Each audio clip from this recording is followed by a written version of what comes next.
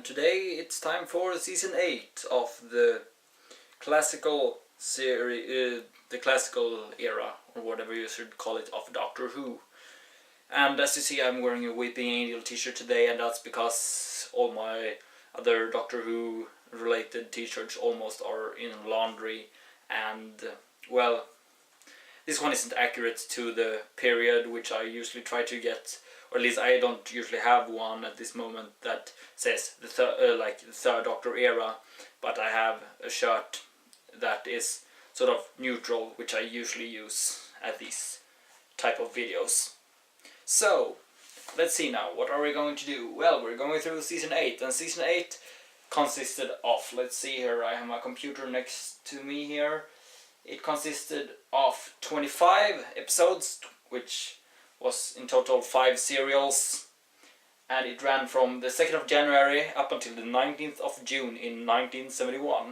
It was the second season of Jon Pertwee as the Doctor, and it also featured the first appearance of Jo Grant as who was played by Kitty Manning, and also features the Master for the first time. What's specific about this season is also that the Master is the villain in every single story, so it isn't much of a surprise when he shows up, because you're used to it when you get to like the third story. But anyways, let's start with the first story, story number 55, Terror of the Autons, and it was a 4-parter, and it's featured on the Mannequin Mania box set, which you probably have by now if you buy season 7, because this one also contains Spirit from Space, the special edition. So let's get it out of this one. So this one isn't a special edition though, but yeah, it's featured in this one, so I'll put this one in here. So Terror of the Autons, 4-parter, and features the return of the Autons. So first 2 seasons of Jon Pertwee started with Story of the Autons. Yeah, the next episode, or story number 56, 6-parter, The Mind of Evil. Now this story is one of the latest story to be released featuring the third Doctor, because they didn't have it in color at the moment. So the first release of this one, which I watched before this one was released on DVD, actually had some parts in black and white and some parts in color. So it shifted through the episode, but this one has been fully restored in color, and well, it features a sort of mind control device that makes people die by the things they hallucinate. So if they're afraid of water and they hallucinate water, they drown even though there's not any water there. Pretty interesting story. By the way, Terror of the Autons is a story where the Master has control of the Autons, he works with them. And, well, the Master works on the device to make people turn evil, I think. I don't remember actually. He tried to get hold of the device anyways. Let's see now. Story number 57, the third story of the season, a 4-parter, The Claws of Axos. This one.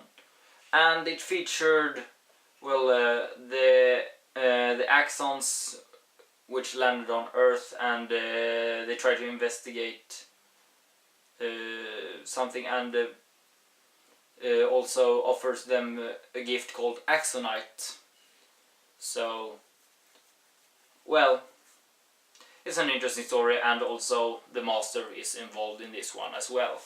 Let's put that one there and get on to the next story of the season, Colony in Space, which is the first story since the third Doctor's era started, which actually doesn't take place on Earth. Because, as you might know, since the end of season 6 and the start of season 7, the Doctor is exiled to Earth, and now the Time Lords sent him on a journey to this colony in space, which is a colony that some people from Earth had landed on, and it's like the 25th century. And, well, of course, you later realize that the Master is also there. Yeah. put that one down there. I think this was a sort of nice layout I made here, even though you can't see all the covers behind right now. Lastly, we have this story, which is something that is unusual. I don't know if I said it, Colony in Space was a 6-parter, but this one, story number 59, The Dæmons, is a 5-parter, which only happened a few times during the entire run of Doctor Who, the classical series. Well, Doctor Who overall. What's interesting about this one is also that it says on this one that this is the only 5-parter ever, but that's wrong, because both The Dominators and the Mind Robber, 2 stories featuring the second Doctor and during the 6th season, they both had only 5 episodes each. But yeah, so The Dæmons features the Master who, well, he uses some sort of black magic to get this demon statue come alive. Yeah. And well, this story actually concludes in a good way. I'm not gonna spoil how, but this concludes in a good way to make sure that they can wait a while before they bring back the Master, because they brought him back each episode almost of this season, and now at the end of this one they make sure that they can take a break from the Master, because during the 9th season he doesn't show up that often, because, well, if a villain shows up every single time there is an adventure, it's not interesting to watch, since you know, okay, it's the Master this time as well, okay, it's the Master this time as well. So The Dæmons was his last appearance before a few stories into the 9th season, but we'll go through that in a week. The reason I say in a week now is because, as you know, this one should have been posted last week, but I had so much to do with working in 2 places at once. I'm probably gonna talk about this again when I do 9th season as well, but yeah, so that's why this one came out this Saturday instead of last Saturday, and that's why I make season 9, the DVD run through next week. Yeah, so let's, as I always do, go through it quickly.